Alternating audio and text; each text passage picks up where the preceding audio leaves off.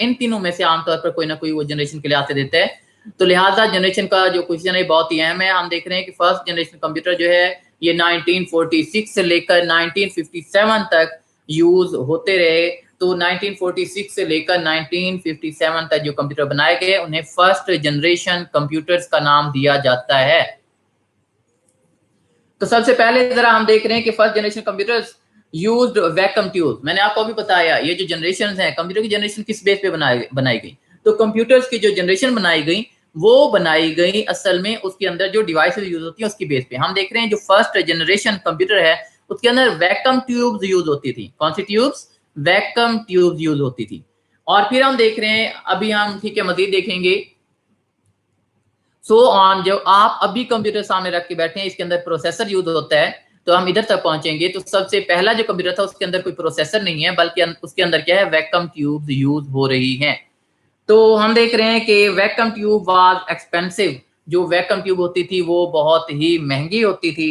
It produce much heat that consume the computer breakdown.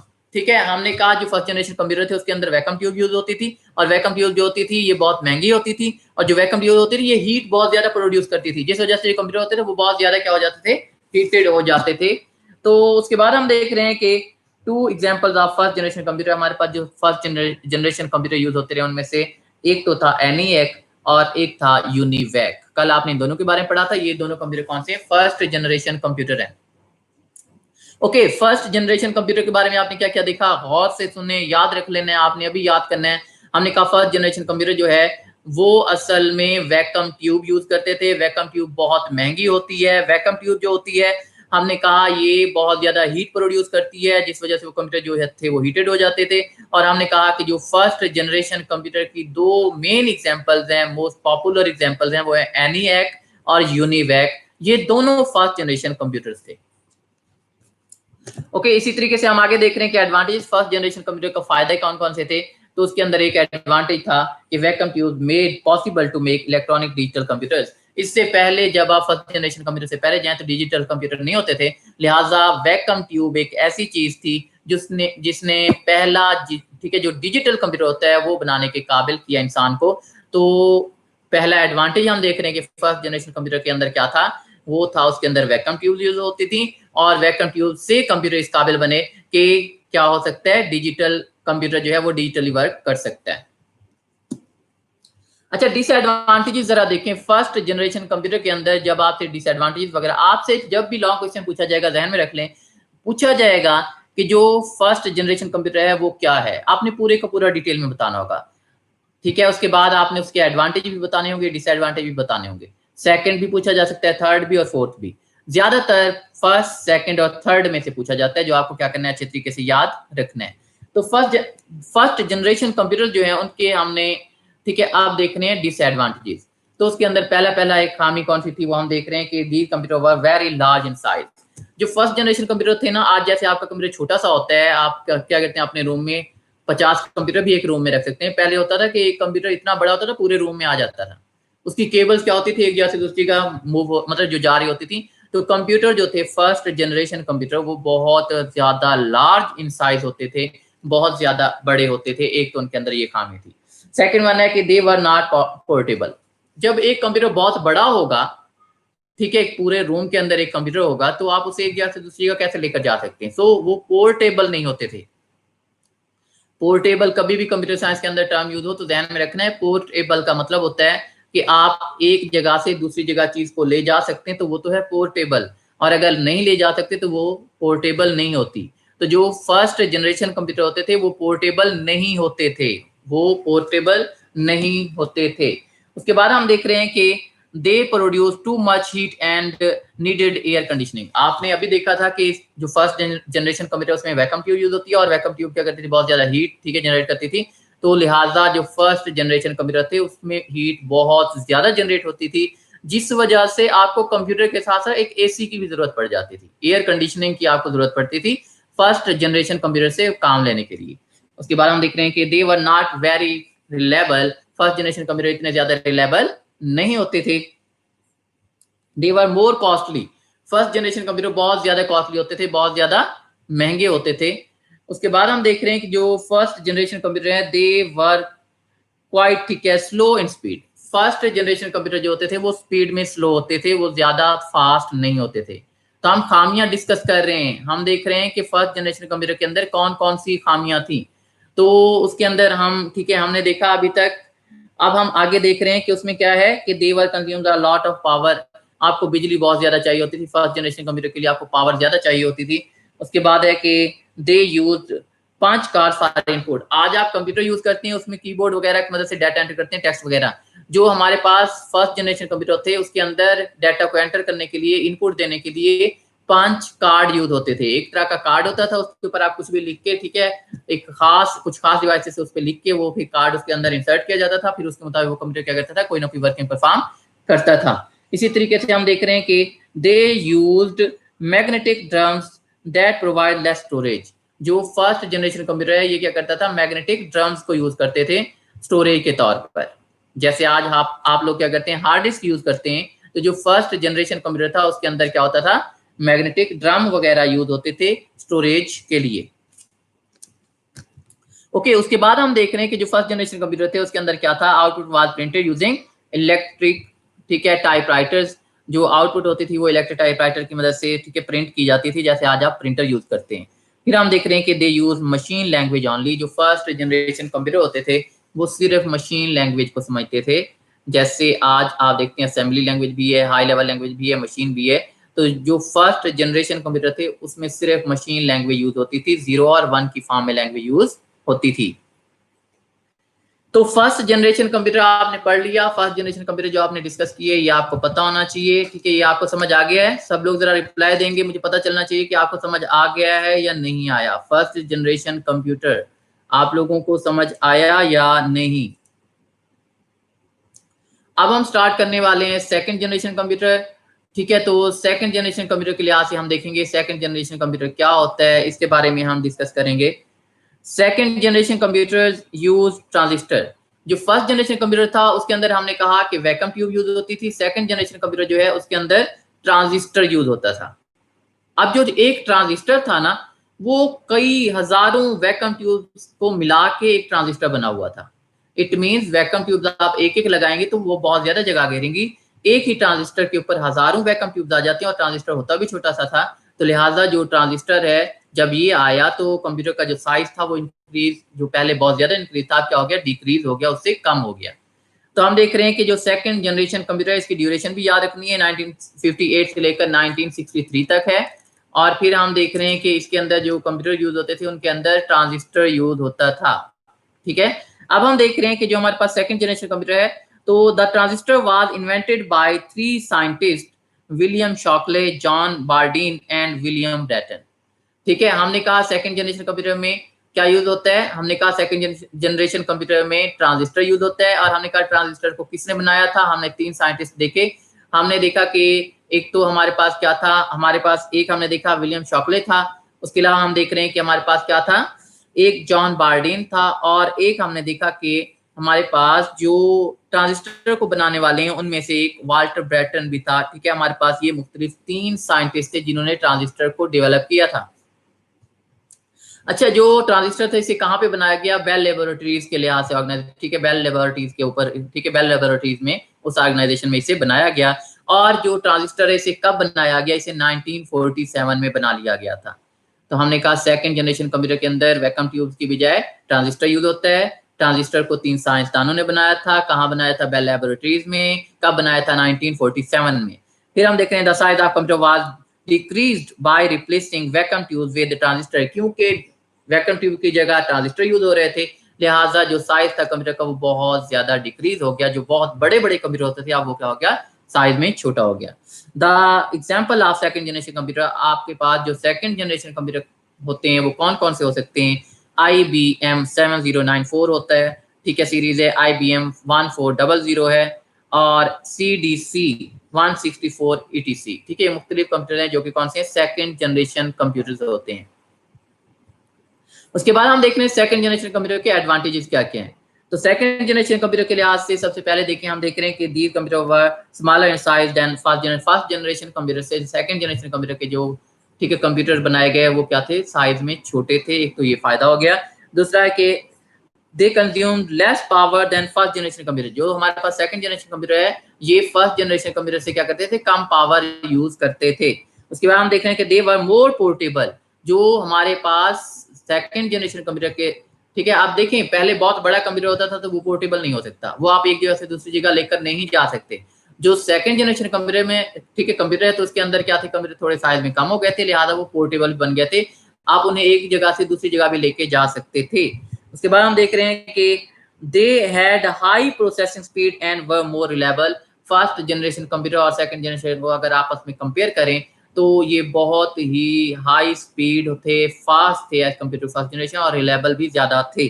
उसके बाद हम देख रहे हैं कि दे यूज्ड ठीक है हम देख रहे हैं कि they were less expensive than first generation. First generation computer बहुत महंगे थे, second generation computer first generation computer से क्या थे, थोड़े सस्ते थे, लेस एक्सपेंसिव थे। और फिर हम देख रहे हैं कि इसमें ठीक है they use magnetic core memory as internal storage. हमने कहा था कि जो फर्स्ट जनरेशन कंप्यूटर था उसमें मैग्नेटिक ड्रम यूज होते थे, तो इसके अंदर क्या यूज होते थे, इसमें हम देख रहे हैं कि इसके अंदर जो मेमोरी कार्ड्स वगैरह थे, ठीक है कोर मेमोरी आप कह सकते हैं, मैग्नेटिक कोर मेमोरी वगैरह या इंटरनल स्टोरेज वगैरह भी यूज होती थी। हमने कहा था फर्स्ट जनरेशन कंप्यूटर में जो मैग्नेटिक ड्रम यूज होते थे, इसके अंदर हम देख रहे हैं कि इंटरनल स्टोरेज या मैग्नेटिक कोर के लिहाज से भी क्या हुआ, स्टोरेज के लिए यूज हो रहा था।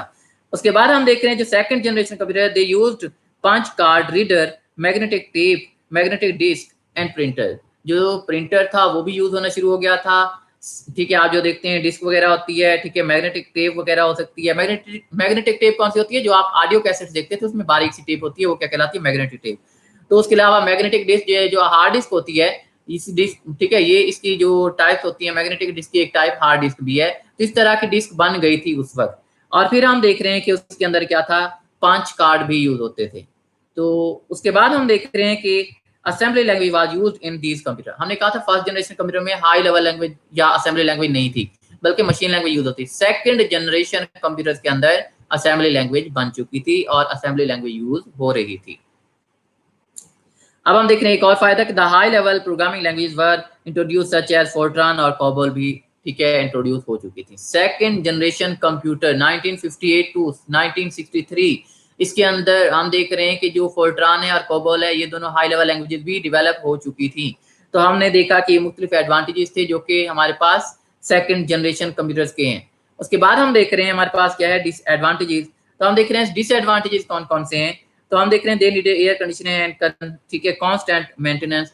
तो जो सेकंड जनरेशन कंप्यूटर है जहां पर उसमें बहुत सारे फायदे आ चुके हैं, लेकिन उसमें अभी भी खामियां थी, उसमें अभी भी आपको एसी की जरूरत पड़ती थी, एयर कंडीशनिंग की जरूरत पड़ती थी।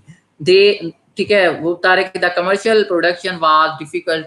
अगर आप कमर्शियली यूज करना चाहते हैं इन कंप्यूटर को तो अभी बहुत मुश्किल था इनको ठीक है यूज करना। They were only use for specific purposes. जो सेकंड जनरेशन कंप्यूटर थे ये सिर्फ कुछ खास पर्पसेस के लिए यूज होते थे, खास खास कामों के लिए यूज होते थे।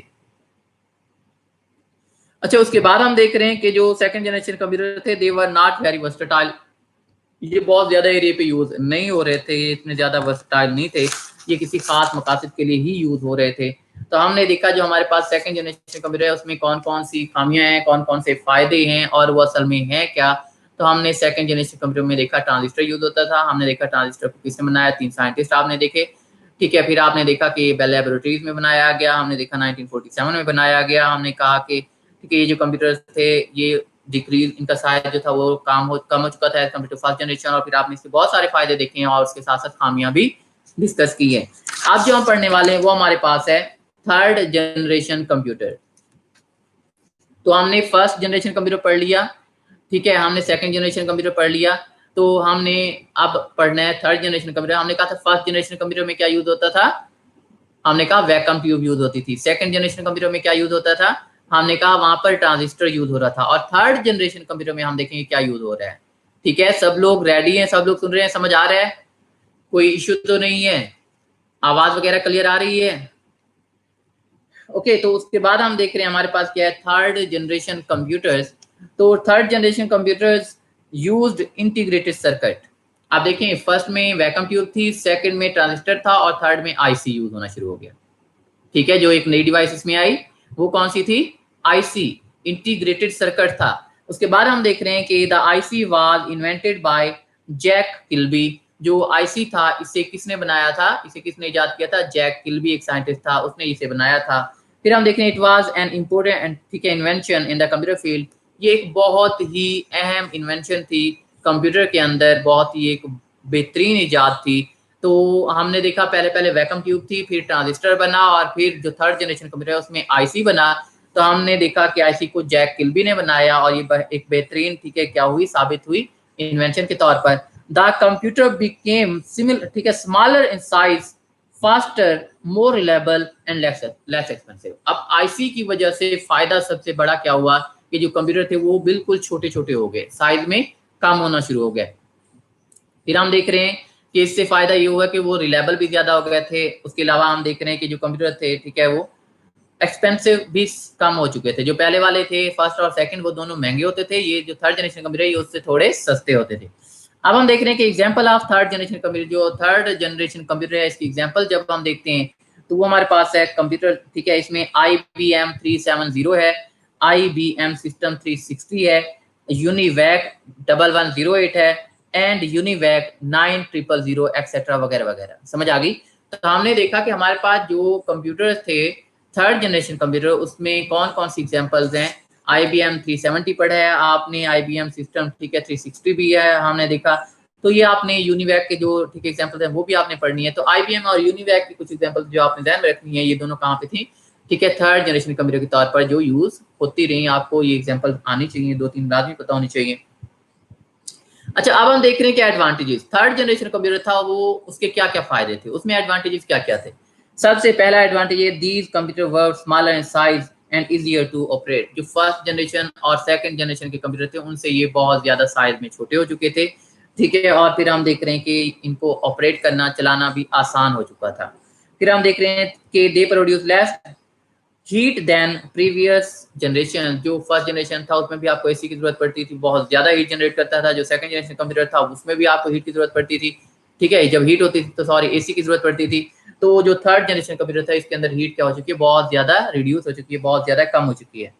उसके बाद हम देख रहे हैं कि they consume less power and provide higher processing speed. इसके अंदर पावर कम चाहिए होती थी, ठीक है, और इसके अंदर जो प्रोसेसिंग स्पीड थी वो भी क्या थी, बहुत फास्ट हो चुकी थी। तो हम देख रहे हैं थर्ड जनरेशन कंप्यूटर में आपको कम बिजली चाहिए होती थी और इसकी स्पीड बहुत ज्यादा फास्ट है as compare to first and second generation computer के लिहाज से। फिर हम देख रहे हैं कि दे कंज्यूम लेस पावर, ठीक है, ये हमने पढ़ ली है। The maintenance cost was low, और आपके कंप्यूटर जो थे वो सस्ते भी हो चुके थे, उनको मेंटेन रखने के लिए भी ज्यादा आपको कॉस्ट पे नहीं करनी पड़ती थी। Keyboard, mouse and monitor were introduce for input and output. तो ये जनरेशन है जिसके अंदर कीबोर्ड भी बन चुका था।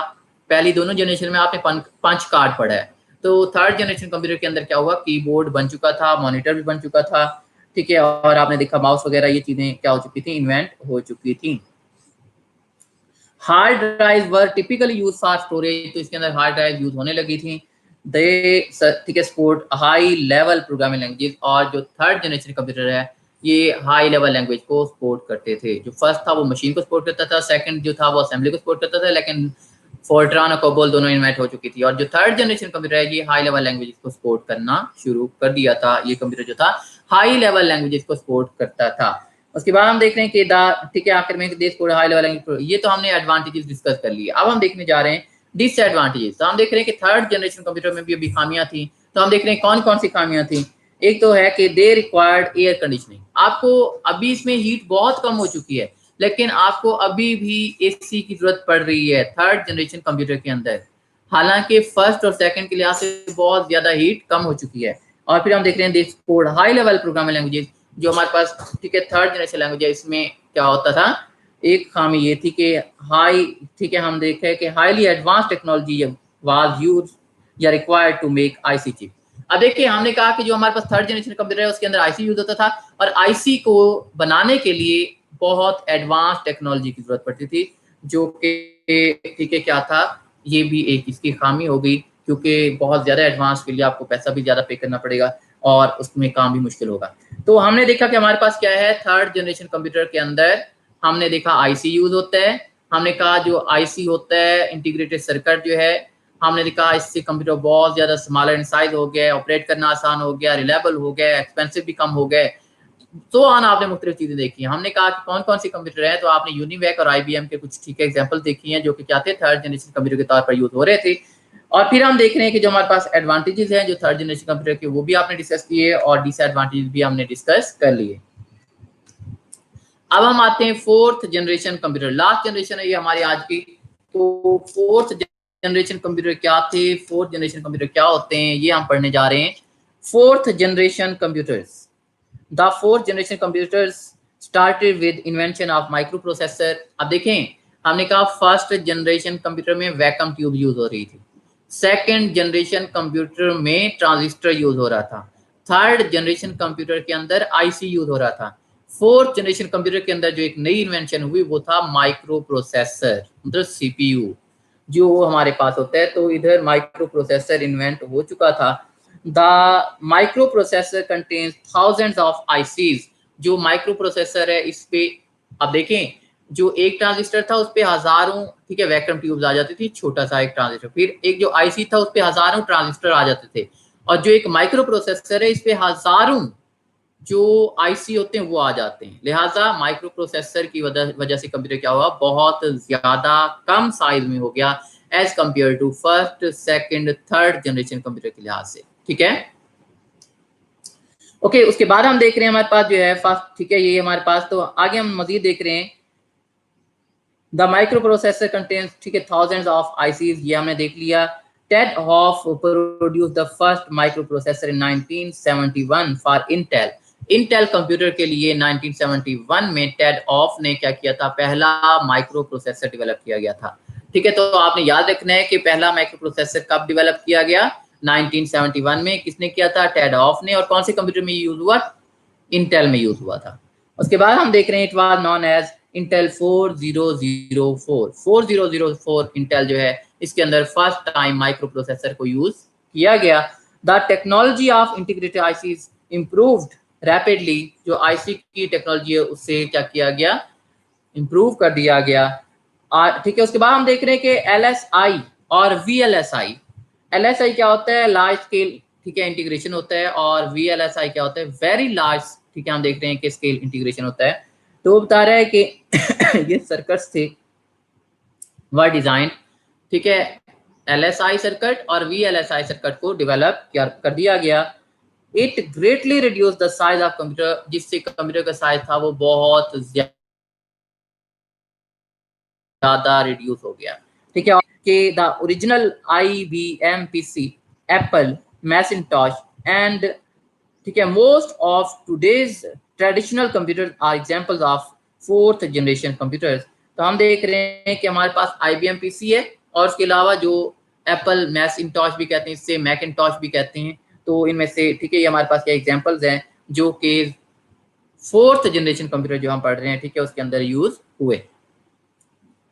अच्छा, अब फोर्थ जनरेशन कंप्यूटर के अंदर हम देख रहे हैं फायदे कौन कौन से और नुकसान कौन से। जब आपने फर्स्ट जनरेशन कंप्यूटर पढ़ा था उसमें एक ही हमने एडवांटेज पढ़ा था और खामियां बहुत ज्यादा थी। जब हम फोर्थ जनरेशन कंप्यूटर की बात करें तो इसमें ठीक है, खामी एक ही है और खूबियां बहुत सारी हैं। तो हम देख रहे हैं कि फोर्थ जनरेशन कंप्यूटर में सबसे पहला जो एडवांटेज है, these computer were smaller in size than previous generation. जितनी भी पहले वाली फर्स्ट सेकंड थर्ड जनरेशन गुजरी है उनमें से फोर्थ जनरेशन के कंप्यूटर बहुत ज्यादा स्मॉलर हो चुके थे साइज के लिहाज से। The cost of these computer is lower than previous generation। जो पहले वाली जनरेशन थी उससे इसकी जो कॉस्ट थी वो क्या हो चुकी थी, बहुत ज्यादा कम हो चुकी थी। They consume less power and generate less heat। जो फोर्थ जनरेशन कंप्यूटर थे इसके अंदर पावर भी कम जरूरत पड़ती थी और इसमें हीट भी कम जनरेट होती थी। फिर हम देख रहे हैं कि they are more reliable and powerful. Fourth generation computer बाकी सारी जनरेशन से क्या होते थे, ज्यादा पावरफुल थे, ज्यादा रिलायबल थे। They have high processing speed. जो फोर्थ जनरेशन कंप्यूटर है इनकी स्पीड क्या थी, बहुत ज्यादा फास्ट थी, बहुत ज्यादा हाई स्पीड होती थी। They are produced for commercial purpose. ठीक है, ये क्या थे, कमर्शियल पर्पस के लिए यूज होते थे। They are general purpose computer. ये general purpose computer, it means कि फोर्थ जनरेशन कंप्यूटर हर जगह पे आप यूज हो रहे थे, हर एक के काम के लिए यूज होना शुरू हो चुके थे। Large variety of software available for use on personal computer. ठीक है, पर्सनल कंप्यूटर बहुत ज्यादा यूज होना शुरू हो चुके थे। They support multimedia software that combine text, image, ठीक है, ऑडियो एंड वीडियो। तो जो फोर्थ जनरेशन कंप्यूटर है इसके अंदर मल्टीमीडिया यूज हो चुका था, ठीक है, शुरू काम करना शुरू कर चुका था, audio, video, images, graphics etcetera वगैरह वगैरह सारा कुछ यूज हो रहा था। फिर हम देख रहे हैं कि दे यूज कंप्यूटर नेटवर्क, के अंदर कंप्यूटर नेटवर्क भी यूज हो रहे थे, wireless technologies and the internet, internet वगैरह भी यूज हो रहा था जो फोर्थ जनरेशन कंप्यूटर है इसके अंदर। और हम देख रहे हैं कि ये all type of high level language को सपोर्ट करते हैं। जो फोर्थ जनरेशन कंप्यूटर है इसमें हर तरह की हाई लेवल लैंग्वेज क्या हो रही थी, यूज हो रही थी। उसके बाद हम देख रहे हैं कि they use computers, networks, wireless technologies and the internet. They typically use a keyboard and mouse for input, a monitor and, ठीक है, प्रिंटर फॉर आउटपुट। तो अब ये जो हमारे पास जनरेशन थी इसके अंदर कीबोर्ड और माउस इनपुट के लिए इस्तेमाल होता था, और प्रिंटर और, ठीक है, प्रिंटर और जो आपके पास मॉनिटर, ये दोनों आउटपुट के लिए डिवाइसेस यूज हो रही थी। They use storage devices such as hard drive भी इसमें यूज हो रही थी। उसके अलावा हम देख रहे हैं कि फ्लैश मेमोरी, मीडिया भी, और ऑप्टिकल डिस्क वगैरह भी इसमें यूज हो रही थी। तो हमने देखा कि जो फोर्थ जनरेशन कंप्यूटर है इसमें बहुत सारे हमने एडवांटेजेस डिस्कस किए हैं। हाँ, इसमें एक खामी अभी भी थी, वो ये है कि the latest technology is required for, ठीक है, हम देख रहे हैं मैन्युफैक्चरिंग माइक्रो प्रोसेसर, क्योंकि इसमें माइक्रो प्रोसेसर यूज हो रहा था, उसके लिए आपको लेटेस्ट टेक्नोलॉजी की जरूरत पड़ेगी। सो इसके अंदर एक ये मुश्किल काम था, एक डिसएडवांटेज था, बाकी सारे इसमें फायदे ही फायदे थे। तो हमारे पास जो फिफ्थ जनरेशन कंप्यूटर है ये बहुत कम पूछा जाता है। हमने आज 4 जनरेशन देखी हैं, first generation computer, second generation computer, third generation computer और फोर्थ जनरेशन कंप्यूटर। ठीक है, तो आपको फर्स्ट जनरेशन कंप्यूटर में याद रखना है वैक्यूम ट्यूब यूज होती थी, सेकंड जनरेशन कंप्यूटर में याद रखना है ट्रांजिस्टर यूज होता था, थर्ड जनरेशन कंप्यूटर में आपने यूज ठीक है, जो याद रखना है आईसी यूज होता था, और जो फोर्थ जनरेशन कंप्यूटर है उसके अंदर माइक्रो प्रोसेसर बन चुका था। हमने कहा फर्स्ट जनरेशन कंप्यूटर के अंदर 5 कार्ड यूज होता था इनपुट के लिए, सेकंड जनरेशन कंप्यूटर के अंदर 5 कार्ड यूज होता था, थर्ड जनरेशन कंप्यूटर के अंदर हमने कहा कि कीबोर्ड और माउस वगैरह बन चुके थे, और हमने कहा फोर्थ जनरेशन कंप्यूटर में तो कीबोर्ड, माउस, ठीक है, और आउटपुट के लिए प्रिंटर और, ठीक है, जो हमारे पास है मॉनिटर वगैरह, ये सारी चीजें यूज हो रही थी। हमने कहा जो फर्स्ट जनरेशन कंप्यूटर उसमें लैंग्वेज मशीन लैंग्वेज यूज होती थी, याद रखना है। सेकंड जनरेशन कंप्यूटर में हमने कहा कि जो लैंग्वेज यूज होती थी वो कौन सी थी, वो हमने देखा कि हमारे पास असेंबली लैंग्वेज यूज हो रही थी। जो थर्ड जनरेशन लैंग्वेज है उसके अंदर, ठीक है, और सेकंड जनरेशन में आपने ये भी पढ़ा था कि हमारे पास 2 तरह की लैंग्वेजेस, ठीक है, जो थी फोर्ट्रान, कोबल वगैरह भी बन चुकी थी। थर्ड जनरेशन कंप्यूटर के अंदर आप हाई लेवल लैंग्वेजेस यूज कर रहे थे, और फोर्थ जनरेशन कंप्यूटर में आप तमाम हर तरह की हाई लेवल लैंग्वेजेस को यूज कर रहे थे। आपने याद रखना है फर्स्ट जनरेशन कंप्यूटर के अंदर स्टोरेज डिवाइस कौन सी थी, मैग्नेटिक ड्रम वगैरह थे, ठीक है, सेकंड में कौन सी स्टोरेज डिवाइस थी, थर्ड में कौन सी स्टोरेज डिवाइस थी, और ठीक है, फोर्थ में कौन सी स्टोरेज डिवाइस थी। आपको ये सारे पॉइंट्स याद रखने हैं। अगर आप ये सारे पॉइंट्स याद रखेंगे तो आपको ये चीजें याद रहेंगी, अदरवाइज आपको ये चीजें याद नहीं रहेंगी। तो इंशाल्लाह हम मिलते हैं नेक्स्ट लेक्चर में, तब तक के लिए अल्लाह हाफिज, टेक केयर, अस्सलाम वालेकुम, हैव अ गुड डे।